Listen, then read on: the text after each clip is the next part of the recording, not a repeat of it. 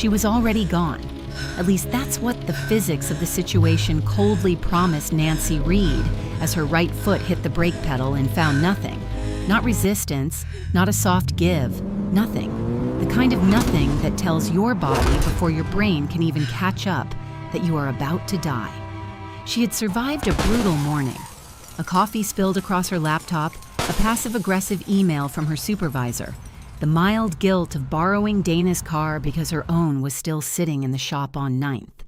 She'd survived the gridlock on 5th Avenue, the blinding glare of headlights through a rain-slicked windshield, the way the city always seemed designed to break ordinary people down slowly.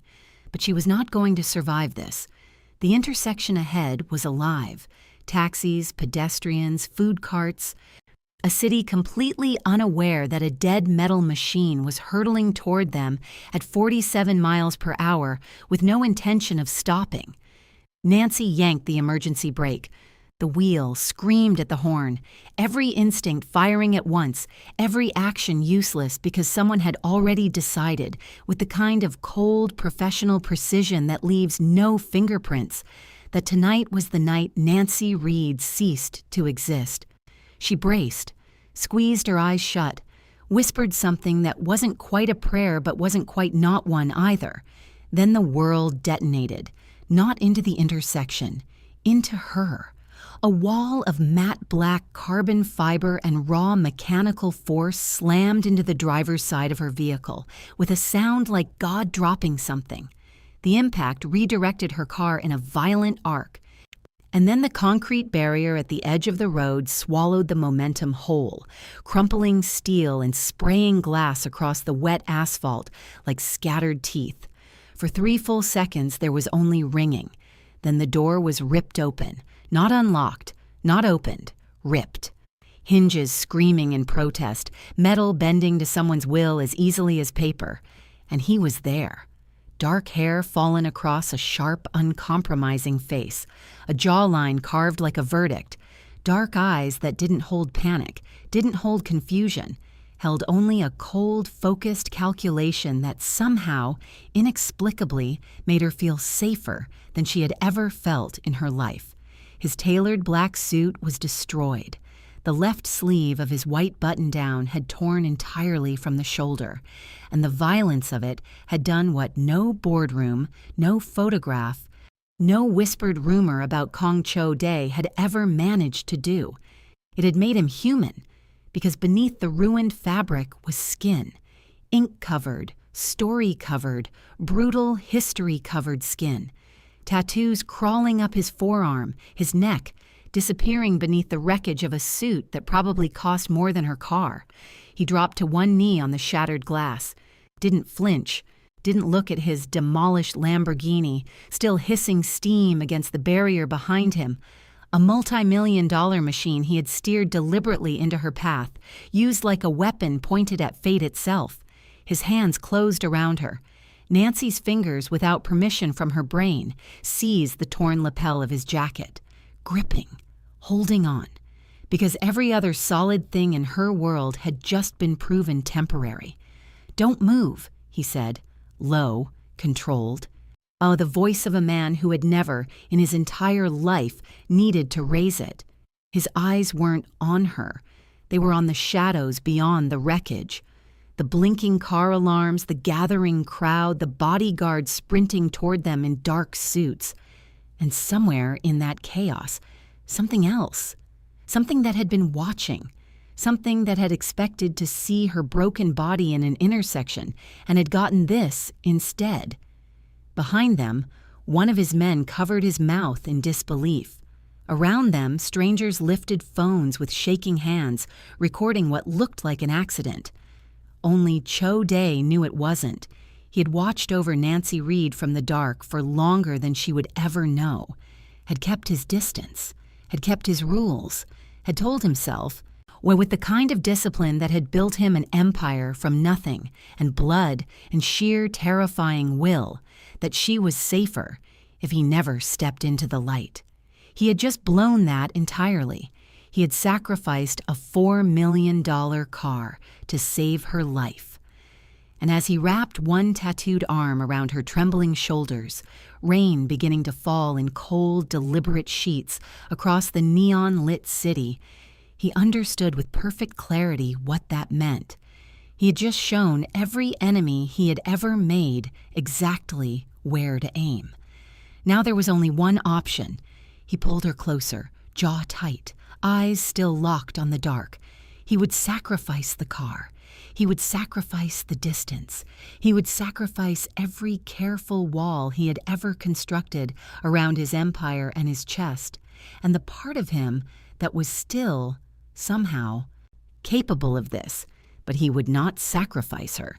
Subscribe to see how this unfolds, and drop a comment letting me know where you're watching from.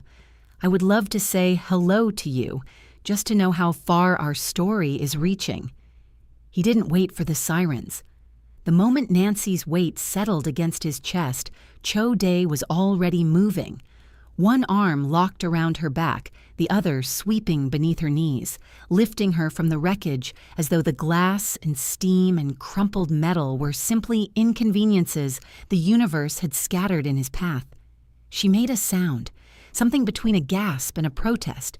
Her fingers were still knotted in his ruined lapel, and she didn't let go, which told him everything he needed to know about the state of her nervous system. "I can walk," she said. He didn't respond. He just walked.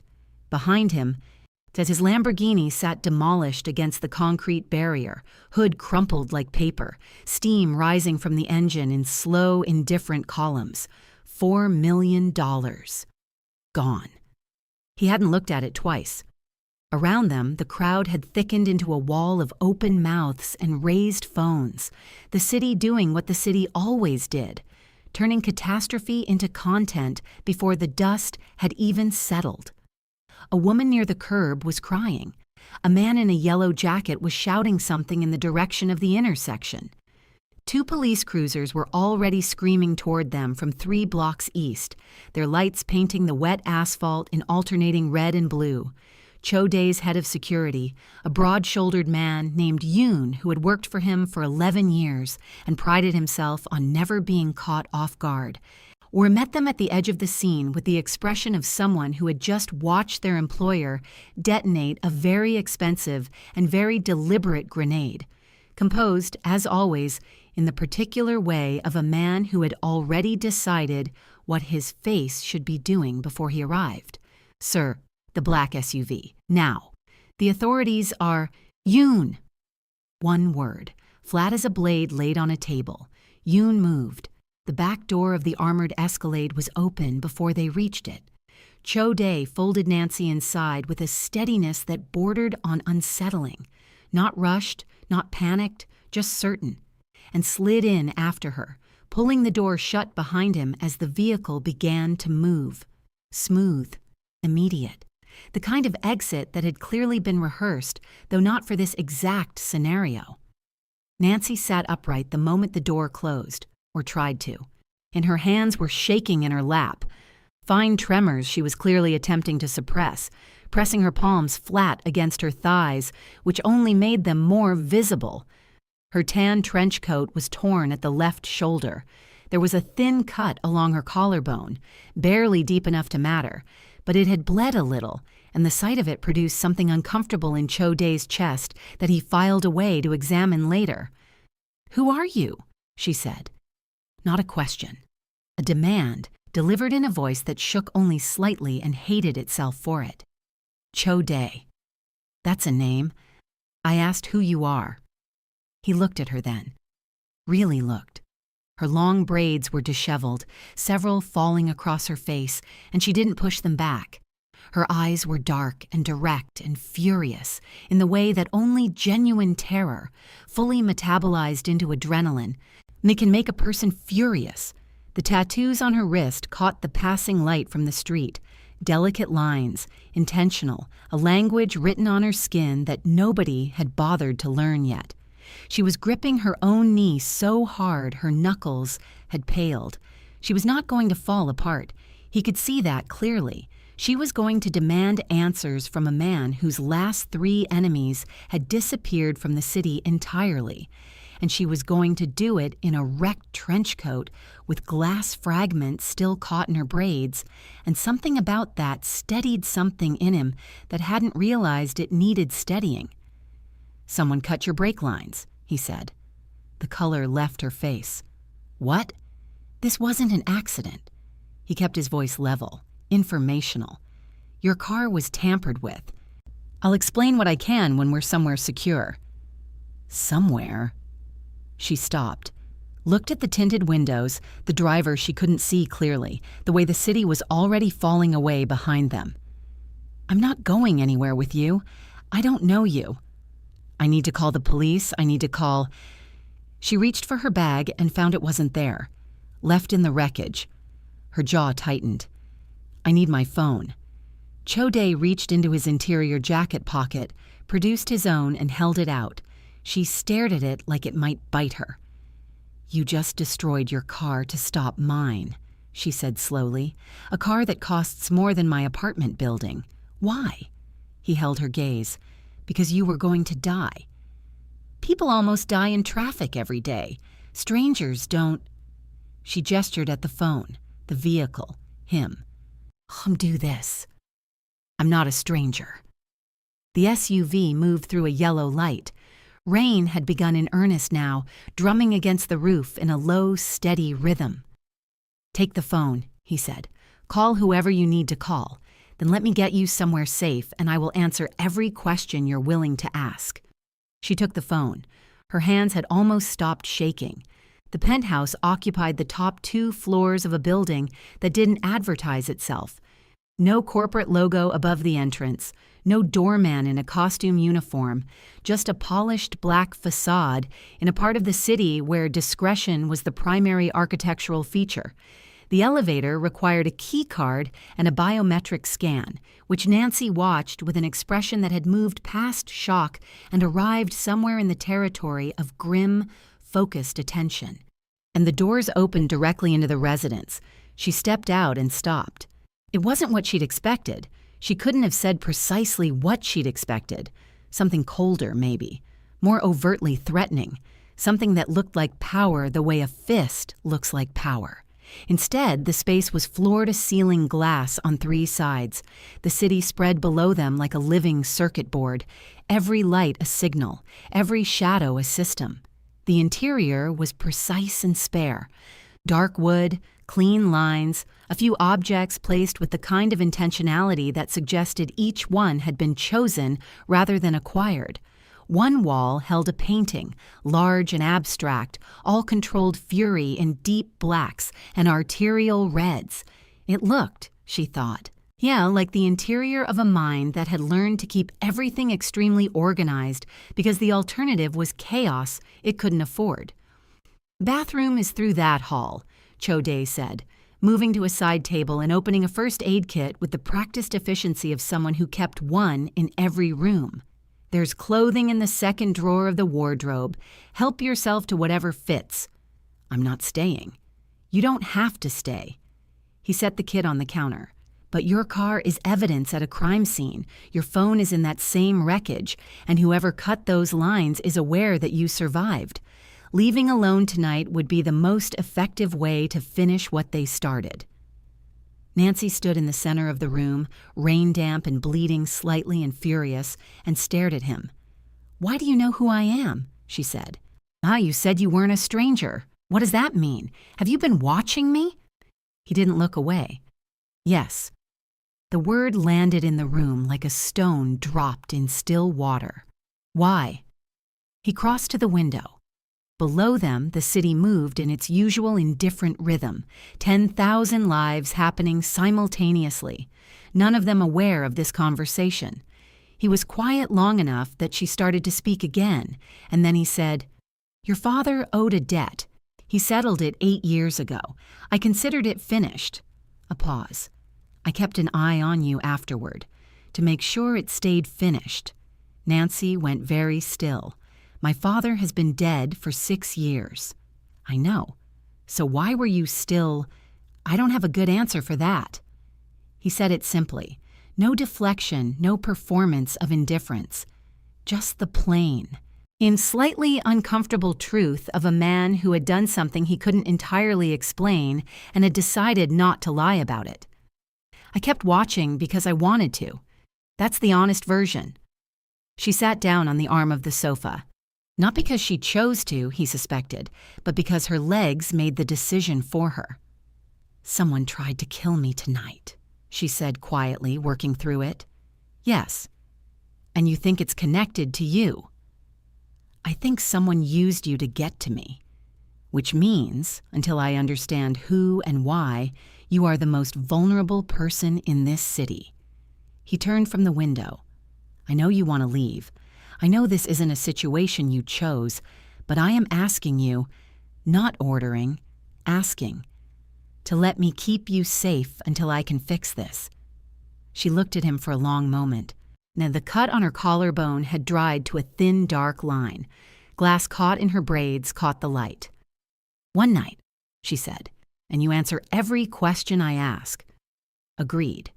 She picked up the first aid kit from the counter, looked at it, then looked at him, at the torn shirt, the blood drying at his hairline from a cut he clearly hadn't noticed, the tattooed forearm braced against the window frame. "You're bleeding too," she said. "I'm fine. You drove your car into mine at high speed. You're not fine." She held up the kit. "Sit down." He opened his mouth. "Sit down." He sat. The call came at 2 a.m. Cho Dae took it in the study, door half closed, voice low. On the other end was Park, or his best mechanic, a former police forensics technician who had crossed to the other side of the law 15 years ago for reasons that had seemed compelling at the time and remained compelling today. Park had been at the crash site within 40 minutes of the incident, badge borrowed from a contact inside the department, moving through the wreckage before the official investigation could compromise what he was looking for. "Both rear lines," Park said. "Front left, clean cuts, not a saw, too precise. Looks like a specialized cable cutter, the kind you'd use if you wanted the failure to happen progressively rather than immediately. She would have had partial braking at low speeds, full failure above 40. Cho Dae absorbed this without speaking. "Whoever did this knew what they were doing," Park continued.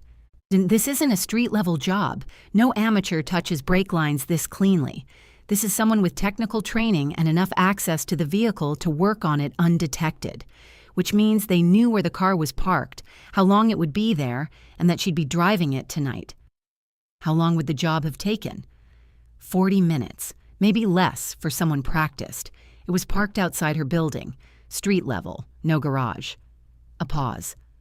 "Boss, this was a contract job. Someone paid for this, and they paid well." Cho Dae set down the glass he'd been holding. "The original owner of the vehicle." "That's what I pulled next." Rustling of paper. "Car is registered to a woman named Dana Kwan, works at the same firm as your girl, but they share a floor." The quiet that followed was the kind that happens when several pieces of information align into a shape you weren't expecting. "Nancy borrowed the car," Cho Dae said. "Looks that way." "So the target was never Nancy Reed." Park's voice was careful, deliberate. "The hit was on Dana Kwan. Your girl just happened to be in the wrong car on the wrong morning." Cho Dae stood very still in the center of his study, the city glittering 30 floors below him, the rain still falling, and felt the specific chill of a situation that had just become significantly more complicated. Because if the original target was Dana Kwan, then Nancy was collateral, an accident.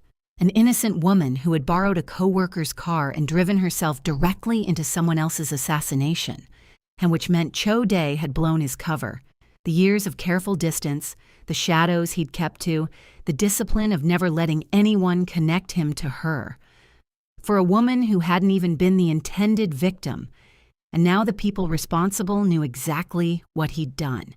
They had watched Kong Cho Dae, one of the most feared men in the city's underworld, demolish a $4 million vehicle and pull a stranger from the wreckage with his own hands, had watched him put his body between her and the street, had watched him carry her to his car and disappear into the night.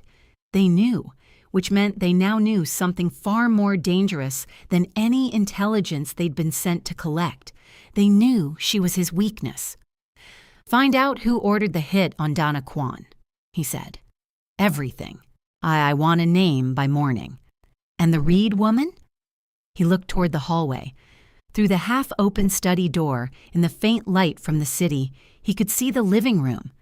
Nancy had fallen asleep on the sofa, upright at first, stubbornly, but gravity had eventually won, and she'd curled sideways, one hand tucked beneath her cheek, braids fanned across the cushion, the borrowed shirt she'd changed into slightly too large at the shoulders. The tattoos on her wrist were visible even in the dim light, delicate lines, a language he didn't speak yet. "She stays here," Choday said.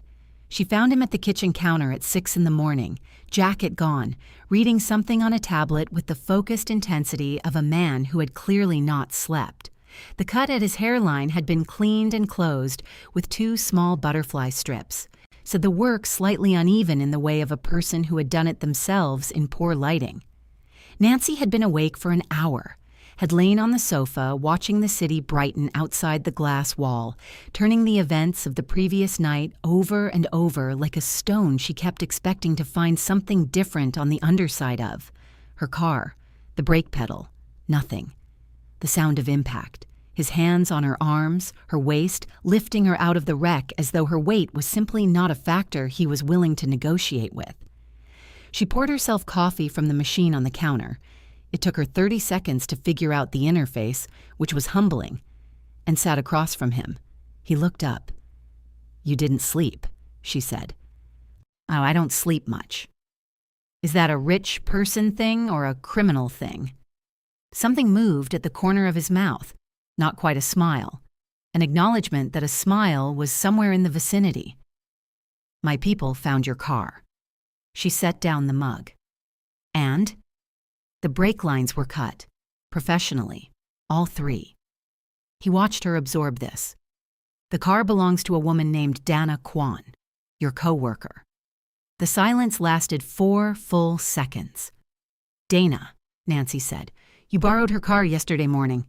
She had a flat. She asked me if—" Nancy stopped, put the coffee down, pressed both hands flat on the counter the way she'd pressed them to her thighs in the SUV, steadying herself through her palms. "The hit was meant for Dana. Yes, I was never— They weren't trying to kill me. No, not initially." The word initially sat between them like something with weight. "But they watched what happened last night. They saw what I did." His voice didn't change. Same level register, same controlled delivery.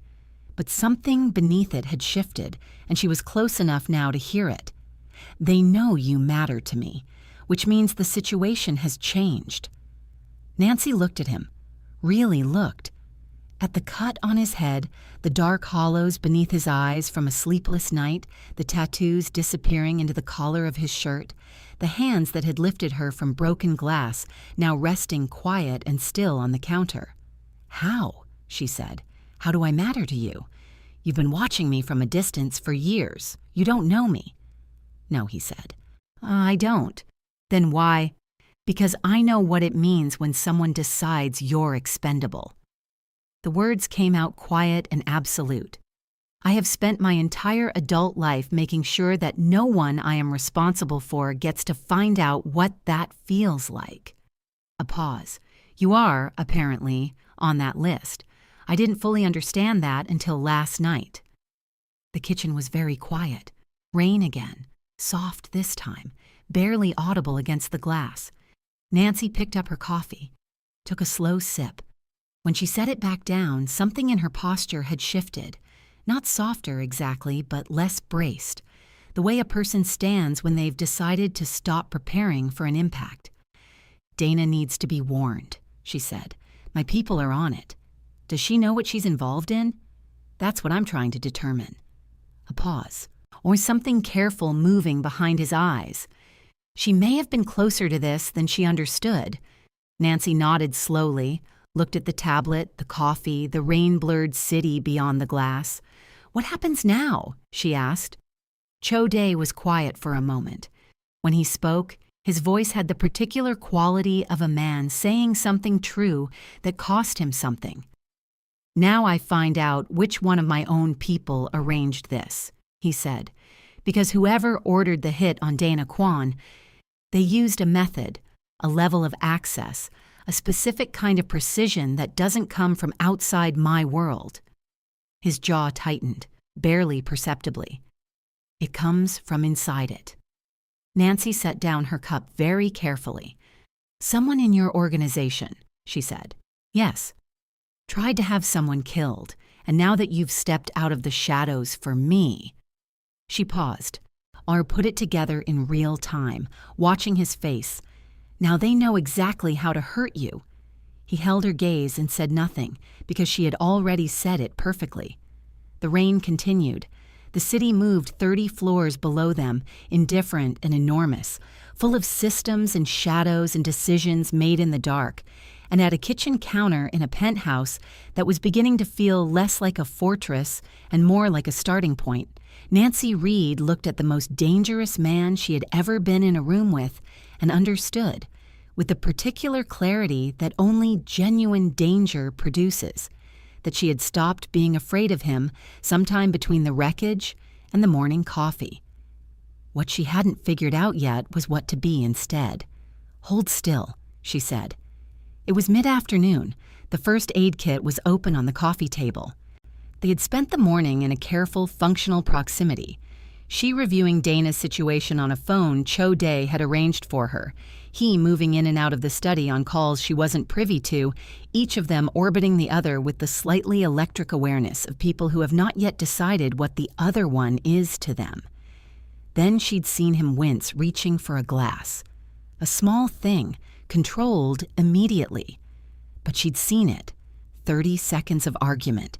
30 seconds of his particular brand of resistance. Not loud, just immovable. And then he was seated on the sofa, jacket folded over the arm, his shirt unbuttoned and pushed back from his shoulders. Nancy Reed had met men with tattoos before. She had never met tattoos like this. And they covered him the way a second language covers a person who's been living in it long enough, completely, fluently, in ways that had stopped being conscious and become simply him. His chest, his shoulders, the full sleeves of both arms, dense, intricate, dark. Kanji and imagery she recognized partially and didn't recognize partially. Patterns that moved with the muscle beneath them. A complete visual history of a life lived well outside the margins of the world she occupied. She kept her expression professional, clinical. The way she'd handled situations that required her to be calm before she felt calm, which was a skill she'd developed before she understood it was a skill. There were 3 cuts from the crash along his left side. Shallow, clean-edged, the kind made by safety glass. One was still slightly open, but she cleaned them without commentary, applied antiseptic, felt him go very still at the contact in a way that wasn't pain. "These need to stay dry for 24 hours, she said. "Noted. I mean it. Don't—" She paused, applying a bandage with careful pressure. "Don't do anything that would reopen them. I'll try to avoid being in any car crashes." She looked up. He was looking at her with that expression she was starting to understand, the one that was a full degree warmer than his default and cost him something to allow. Almost a smile. The vicinity of a smile. "That was a joke," she said. "A small one." She laughed before she could decide whether to. Not a big laugh. A short, surprise thing, there and gone. But it changed the temperature of the room by several degrees, and both of them felt it. And neither of them addressed it directly, which was its own kind of address. She smoothed the bandage. Her fingers stayed a half-second longer than necessary. The tattoos beneath her hands were warm with living skin, and the ink up close was even more intricate than it appeared from a distance. Layered, deliberate, some parts darker and older than others, a chronology written in a language that required translation. "What does this one mean?" she asked, pointing to a character near his collarbone, not because she expected him to answer, because she wanted to know. He looked down. "Patience," he said. "And this, Another character, lower, smaller, remnant. What does that mean in context? A pause. It means what survives after everything else burns. She looked at it for a moment, then she looked up at him, and they were closer than either had fully registered, the way proximity accumulates in increments when you're focused on something else. "That's a lot to carry around on your chest," she said. It seemed more honest than leaving it somewhere it couldn't be seen. Nancy sat back, began repacking the first aid kit. Her hands were steady, which felt like an achievement. Cho Day. "Yes, when you find whoever did this." She kept her eyes on the kit. "What are you going to do?" The question sat in the room. He was quiet long enough that she looked up. "What I do," he said. It wasn't a threat. It wasn't a boast. It was simply a fact, delivered in the tone of a man who had long ago stopped needing to perform the thing he was. And something about that honesty, the complete absence of pretense, the refusal to dress it up for her, was more unsettling and more compelling than anything he could have said instead. She snapped the kit shut. "Okay," she said, "just okay. Not approval, not condemnation, just acknowledgement," which from Nancy Reed he was beginning to understand was its own form of trust. Outside, the city was moving into evening, neon beginning to assert itself over the gray of the afternoon, the rain finally relenting into a fine, cold mist. Somewhere in that city, a trader was watching the news coverage of last night's crash and making calculations. Somewhere, Dana Kwan was being moved to safety by Cho Day's people, unaware of how precisely her ordinary Tuesday morning had intersected with something lethal. And in somewhere in the hierarchy of Kong Cho Day's empire, in the inner circle he had built from loyalty and blood and years of ruthless vetting, someone had decided that removing an obstacle was worth the risk of his fury. They had made, Cho Day understood with the cold clarity that had carried him from nothing to the top of the city's underworld, a significant miscalculation. He had spent 15 years being feared for what he would do to his enemies. They were about to discover what he did to traitors. But that was tomorrow. That was the next move in a game he intended to finish completely.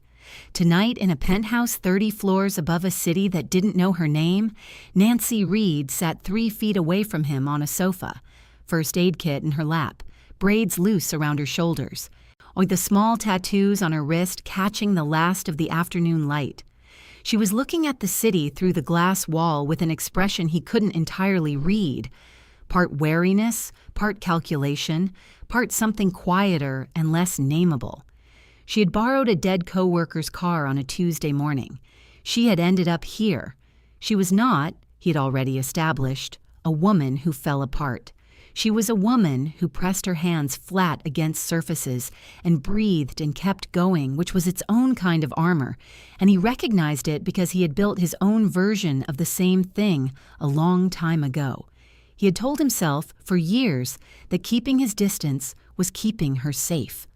Last night had conclusively dismantled that argument.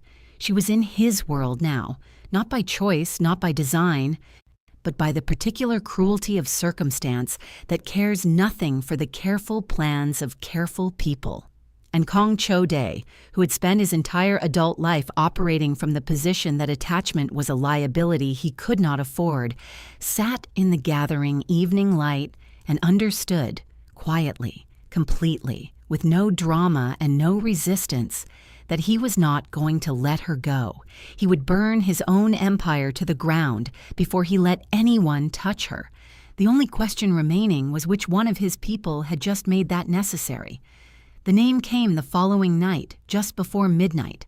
Not a rival syndicate, not an external contractor working from a target list sourced through back channels. Park had delivered the brake line findings in the early hours of the previous morning. Cho Day had spent the day that followed pulling every security log he could access, cross-referencing, eliminating. Now the second report, the one that mattered more, pointed inward. The brake job on Dana Kwan's car had been coordinated from inside. Cho Day sat with that information for a long time. Alone in the study, lights off, city burning below him through the glass. He had built his inner circle the way a jeweler builds a setting. Every piece chosen, tested, fitted with deliberate care, because the alternative was the kind of structural failure that didn't announce itself until everything collapsed at once. 11 men. Men who had been with him through operations that never made the news and never needed to. Men whose loyalty he had paid for in protection, in money, who in the particular currency of being made to feel indispensable to something larger than themselves. One of them had decided the throne was worth more than the man sitting on it. The question was which one, and the question mattered, because whoever it was had known enough to source a professional for the brake job, had known Dana Kwan's car, her parking location, the window of access, had known or suspected that removing the right obstacle at the right moment would create a distraction large enough to expose Cho Dae's one consistent blind spot, her. He had been careful, years of careful, and it hadn't been enough because careful only accounts for the threats you can see. The threat inside your own architecture is a different problem entirely. He pulled up the security logs from the 48 hours preceding the crash, began reading. And it was slow work, methodical, the kind that required the specific patience the tattoo on his collarbone described. And he did it with the complete focused attention of a man who understood that the answer was in here somewhere, and that finding it wrong was worse than finding it slowly. At 1 a.m., he found the first irregularity. At 1:45, he found the second. By 2 a.m., he had a shape. Not a name yet, not confirmed, but a shape. A pattern of small absences and minor data gaps, and one communication routed through a secondary channel that had no legitimate reason to exist.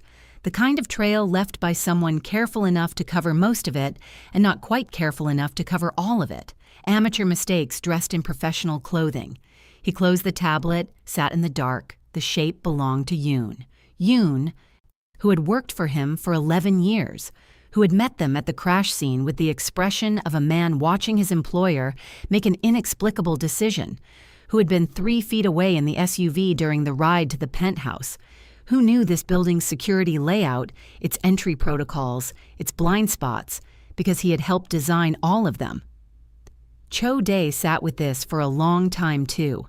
Then he got up, went to the door of the study, and looked into the living room. Nancy had moved from the sofa to the armchair at some point, feet tucked beneath her, reading something on the phone he'd provided. The lamp beside her was the only light in the room. She looked up when she heard him. "You found something," she said, not a question.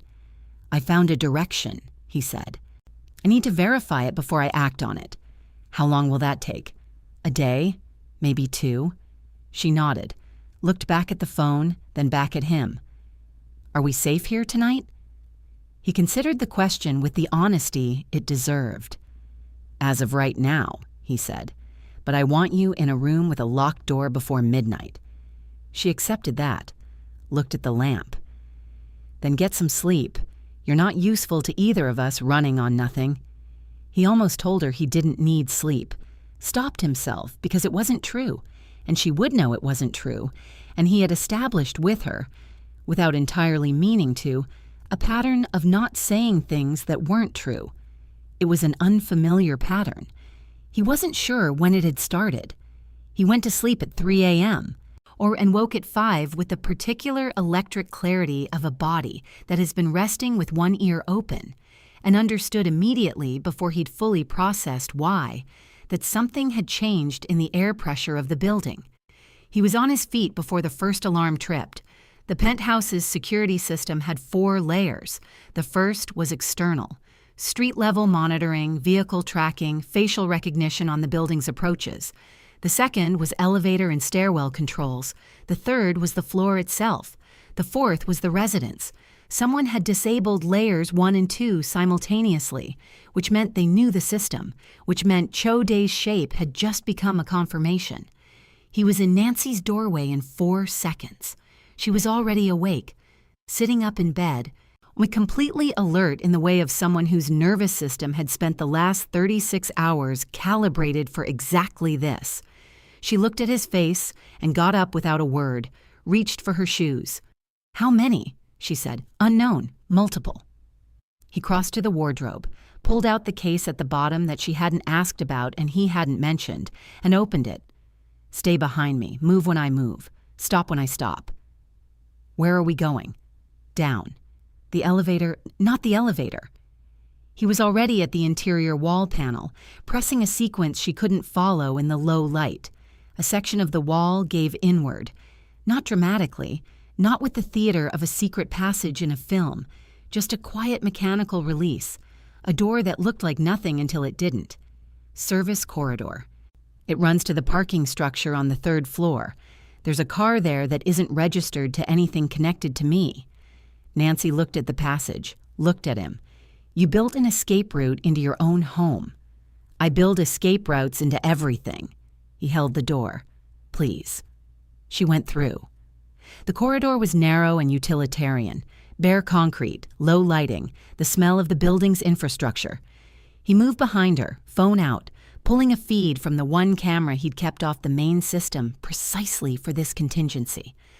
The residence feed showed 3 men entering through the stairwell door, moving with professional efficiency, weapons drawn, fanning out through the living room in a pattern that was practiced and coordinated and had clearly been briefed on the layout, which confirmed it. They knew the floor plan. He pocketed the phone and focused on moving. Nancy was ahead of him, keeping pace without being told to, one hand trailing the wall for orientation in the reduced light, moving with a quick, controlled step that reminded him, not for the first time, that she was not the person the night of the crash had suggested she was. That night she'd been in shock, gripping his lapel, glass in her hair. That had been the first 30 minutes. This was who she was after 36 hours of processing, and who she was someone who moved through a dark concrete corridor with her jaw set and her eyes forward, and her fear filed somewhere it couldn't interfere with her function. He noted this, filed it, focused. The stairwell door at the end of the corridor was clear, 3rd floor parking. The car, a black sedan, nothing remarkable. On the kind of vehicle the city produced in thousands, was where he'd left it. He had Nancy in the passenger seat and was pulling out of the structure before the men in his penthouse had finished clearing the bedroom. He was aware, distantly, of the pull along his left side where one of Nancy's bandages had partially torn loose during the descent. He filed it away. The city absorbed them without interest. That was the thing about cities. They were the ideal environment for disappearance, if you understood their logic. Cho Dae understood their logic the way he understood most systems, completely, from the inside out, with particular attention to the places where the system's rules bent or broke. He drove for 20 minutes before he spoke. "I know who it is," he said. Nancy was watching the side mirror. "Tell me." "Yoon. My head of security." Each word came out flat and separate. 11 years. He knows everything about that building, everything about my operation. A pause. "He was at the crash scene. He rode with us to the penthouse. He has been 3 feet away from you since the night this started." The silence lasted the length of 2 city blocks. "What are you going to do?" she said. The same question she'd asked him over the first aid kit. The same tone, not approval, not condemnation, just the clean, direct acknowledgement of someone who wanted the truth more than she wanted to be comfortable. "I'm going to end it," he said, "but I need to bring him into the open first. If I move on him directly, his contractors disappear and regroup. I need to draw them all out at once." "How?" He didn't answer immediately. Then because the answer required something from her that he was not going to ask for, was not going to suggest, was going to take off the table entirely and find another way around, because there were limits, and she was the limit, and that was simply how it was going to be. "Cho Dae," she said. "How?" "I'll find another way." She turned in her seat to look at him directly. He kept his eyes on the road. "You need bait," she said. "No. You need something that draws him out of cover. Something he can't ignore." Her voice was steady, thoughtful. working through it in real time, the same way she'd worked through everything else, clearly without flinching. If they've shifted their crosshairs to me because they know I matter to you, then I'm the one thing they'll move for. No, he said again. Same word, harder this time. I'm not asking your permission. I'm not offering it. That's not how this works. She turned back to the windshield. You've been making decisions in the dark about my safety for years. You pulled me out of a crash and brought me into a world I didn't choose and didn't ask for. And now someone is trying to kill me, not because of anything I did, but because of what I mean to you. A pause. Quiet. Precise. I am not a variable in your equation. I am a person who is capable of deciding what risks to take with her own life. The road unspooled ahead of them. If something happened to you, Choday said, and then stopped.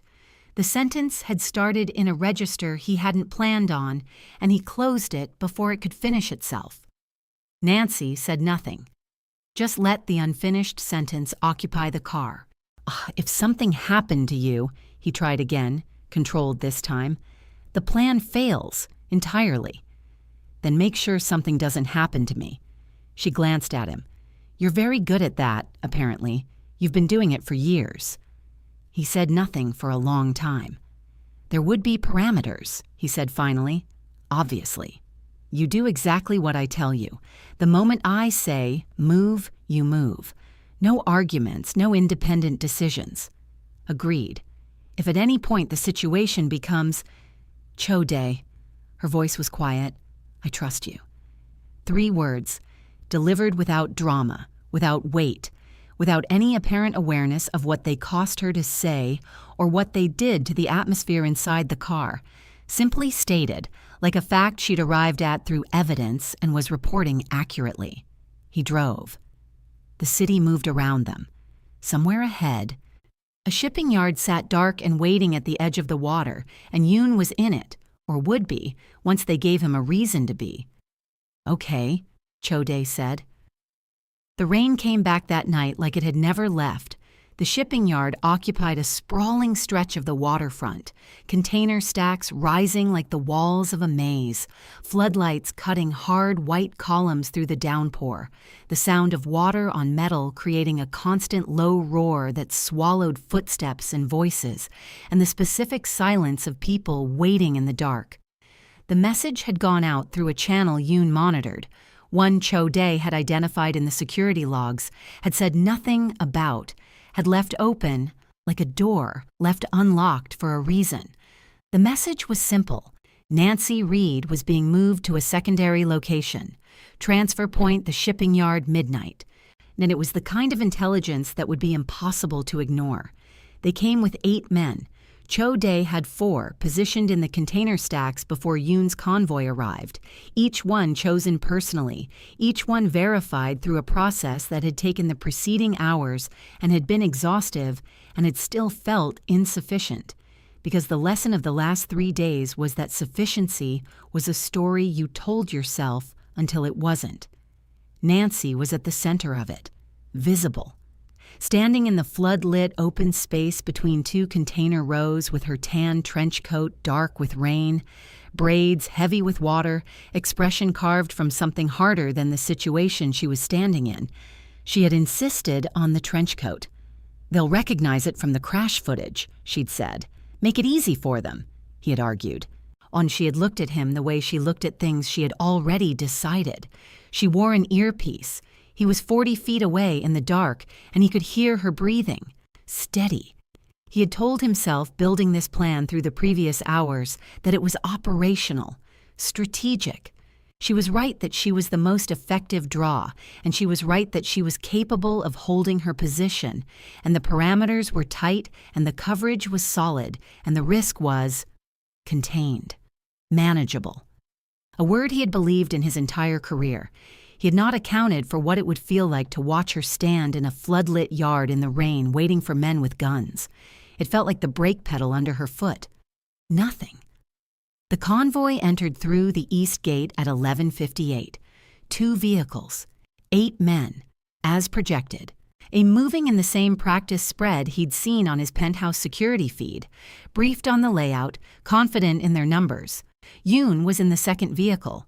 Cho Dae tracked him through the scope, confirmed, felt something cold and final settle into place. 11 years. The first 4 of Yoon's men reached Nancy before they saw Cho Dae's people move. The container stacks produced figures from shadow, not dramatically, just efficiently, the way a system works when it has been designed correctly. 3 of Yoon's men went down in the first 30 seconds. 2 more scrambled for cover between the containers. The yard filled with shouting and rain, and the specific chaos of a situation coming apart at its planned seams. Nancy moved the moment he said move, no hesitation. And she was behind the nearest container stack and down before the second shot, exactly where he'd told her to be. And he reached her in the 7 seconds it took to cross the open ground between them, putting himself between her and the active line of fire without thinking, without calculating, with the complete instinctive certainty of a body that had decided this was simply where it was going to be. "I'm fine," she said immediately. "I know." He wasn't looking at her. He was looking at the yard. Yoon had emerged from the second vehicle. He was moving toward the container stack where Cho Dae and Nancy were positioned, not running, walking, with the deliberate pace of a man who knew the terrain better than anyone else present, because he had mapped it himself, had walked it himself, had built his own plan around its geography. As he stopped when he saw Cho Dae. The rain fell between them. The floodlights made everything flat and overexposed. Behind Yoon, the sounds of the confrontation were resolving. Cho Dae's 4 against what remained of Yoon's 8, the numbers evening rapidly. Yoon looked at Cho Dae, then at Nancy, behind him. "How long?" Cho Dae said. Yoon didn't pretend. That was the thing about men who had been in the same operation for 11 years. They had run out of certain performances. 8 months, he said. "They approached me 8 months ago." "What did they offer you?" "The northern contracts. My own operation." A pause. "Rain on metal." "You were never going to give me that. I've been your shadow for 11 years, and I was always going to be your shadow." "You should have asked." "You don't give what you don't think someone can handle. I don't give what I haven't seen someone earn." Cho Dae's voice was entirely level. "You never asked. You decided what my answer would be and made your own arrangements." He took 1 step forward. "You put her in the middle of it." Yoon's jaw moved. "She was never supposed to be in it. That was the Reed woman's car. And then you saw what I did, and you adjusted." Another step. "You used her. Deliberately. Because you knew that the one thing that would split my attention enough to create an opening was her safety. You knew that because you've spent 11 years watching me." His voice dropped a register. "Which means you knew and you did it anyway." Yoon reached for the weapon at his side. And he didn't complete the motion. What followed was brief and total and had the particular quality of a conclusion that had been approaching for 11 years without either party fully acknowledging it. Cho Dae moved with the efficiency of a man who had not always been the person sitting at the head of a table, who had come up through the city the hard way, before the suits and the penthouse, when the only infrastructure available was the one built into his own body. When it was over, Yoon was on the ground. Cho Dae was standing over him in the rain, breathing hard, suit destroyed for the second time in 3 days, the cut on his side pulling where the bandage had loosened. His remaining 3 men had the yard.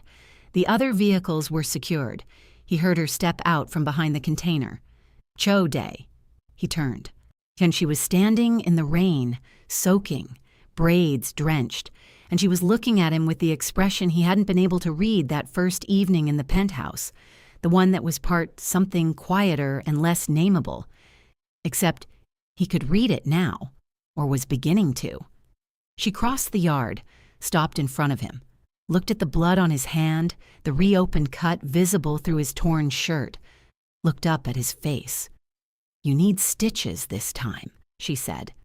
The specific absurdity of that sentence, delivered in that tone, standing in a floodlit shipping yard in the pouring rain after everything that had just occurred. He looked at her, and something cracked open somewhere behind his sternum, not painfully but completely, the way ice cracks when the temperature finally shifts. "Probably," he said.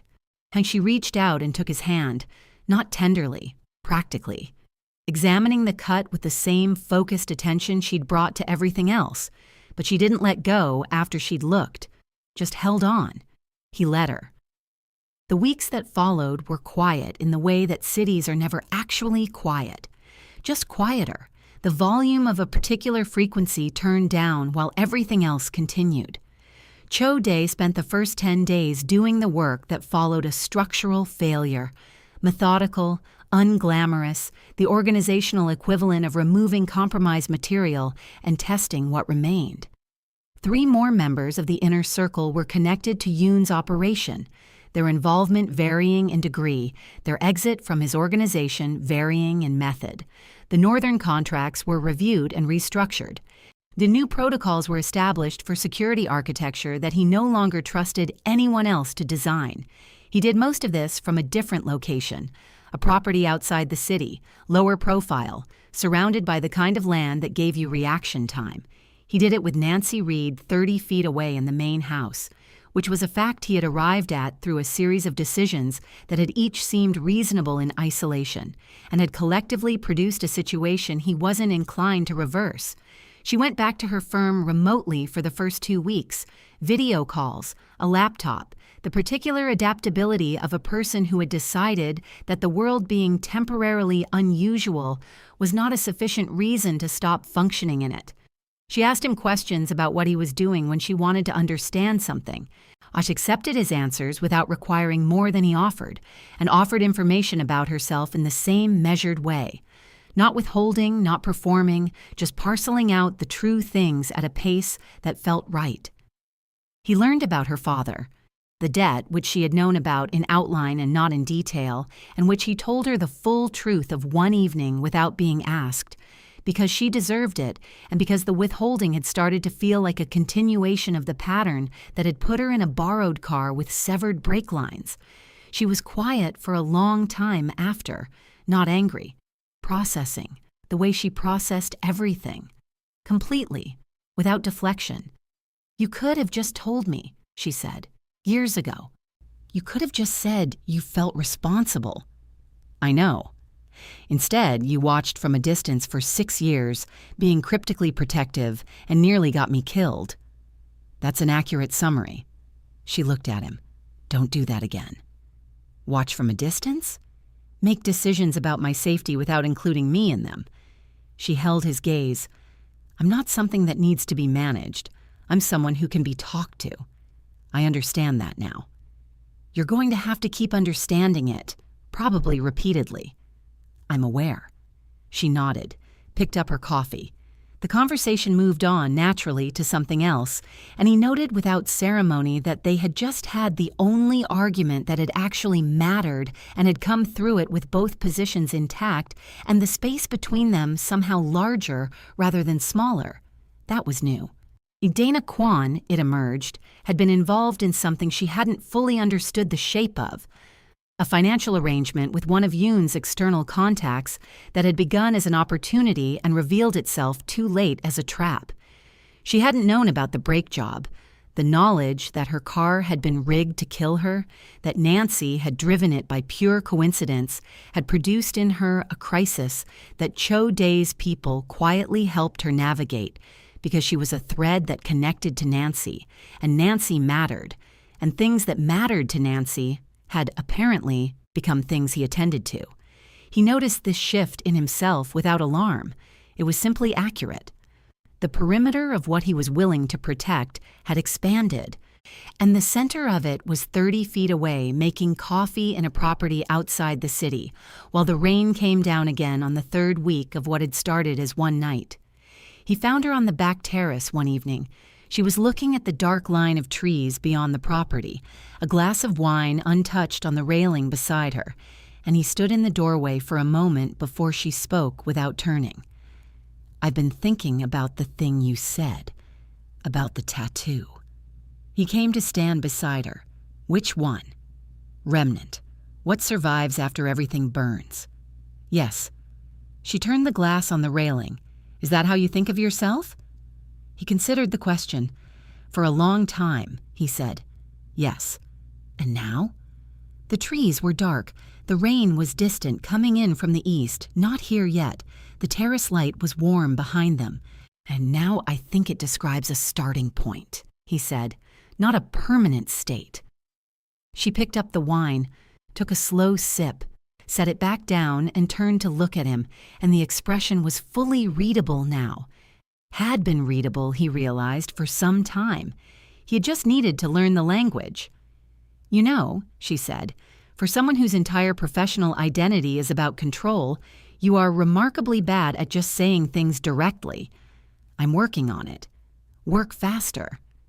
He looked at her, at the rain-damp air curling the edges of her braids, at the tattoos on her wrist, the delicate lines he still hadn't fully learned, the language written on her skin that he intended to take the time to understand correctly, at the expression that was warm and sharp and patient all at once, and the expression of someone who had been through a fire and come out the other side, still entirely herself. I don't want you to leave, he said. I know. I want to... He stopped, started again. I want to build something, with you present in it. Not managed, not protected from a distance, not kept at a perimeter. A pause. Present, involved, permanent. The rain reached them then, soft, the first drops, barely there. She looked at him for a long moment. That's a very significant thing to want from a woman you met 3 weeks ago, she said. You know that's not when this started. No, she agreed. I know. Another moment. The rain, the dark trees, the warm light behind them. I'm still learning who you are, she said. So am I. That's the point. He held her gaze. I would like to keep learning. Nancy Reed, who had borrowed a co-worker's car on a Tuesday morning and driven herself into the most consequential collision of her life, stood on a rain-starting terrace and looked at the most dangerous man she had ever known. One knee on wet asphalt in her memory, arms wrapped around her, eyes locked on the dark, the smell of burning rubber and his ruined suit, and the particular certainty of someone who had decided, without deliberation, that she was not going to die tonight. She thought about the brake pedal, the nothing beneath her foot, the free fall of a moment when every system fails simultaneously, and the only thing left is what, or who, is solid enough to hold. She picked up her wine, held it toward him. Then stay close, she said. He touched his glass to hers. Outside, the rain came down fully, steady and unhurried, washing the terrace stones clean. In the city, the empire he had built and fractured and was methodically rebuilding continued its work, moving through channels and systems and the particular machinery of a world that never fully stopped. There were still threats. There would always be threats because that was the nature of the architecture he'd chosen, and he had stopped pretending otherwise. But he had also stopped pretending that power lived only in solitude, that the cold, untouchable version of himself was the strongest version, that keeping everything at a distance was the same thing as keeping it safe. He had crashed a $4 million car into the side of her life and proven himself wrong about all of it in a single second. He would do it again, every time. No matter how fast the world spins, he said quietly, on to no one in particular, to the rain and the dark and the woman standing beside him, I will always be your brakes. She glanced at him sideways. Something warm moved across her face. Don't get poetic on me now, she said. I just started trusting you. He almost smiled. The full version this time. Almost. Subscribe to see how this unfolds, and drop a comment letting me know where you're watching from. I would love to say hello to you, just to know how far our story is reaching. because Cho Day and Nancy are far from finished, and what's coming next will make everything you just read feel like the calm before the storm. Can Nancy hold her ground when the city turns against them again? And what is Cho Day still not telling her about the real reason her father's debt was never truly settled? Like this if you are completely obsessed with this dangerous electric romance that just keeps pulling you deeper. The next chapter drops soon, and trust me, you are not ready for what comes out of the shadows next. See you there. If they make it out together,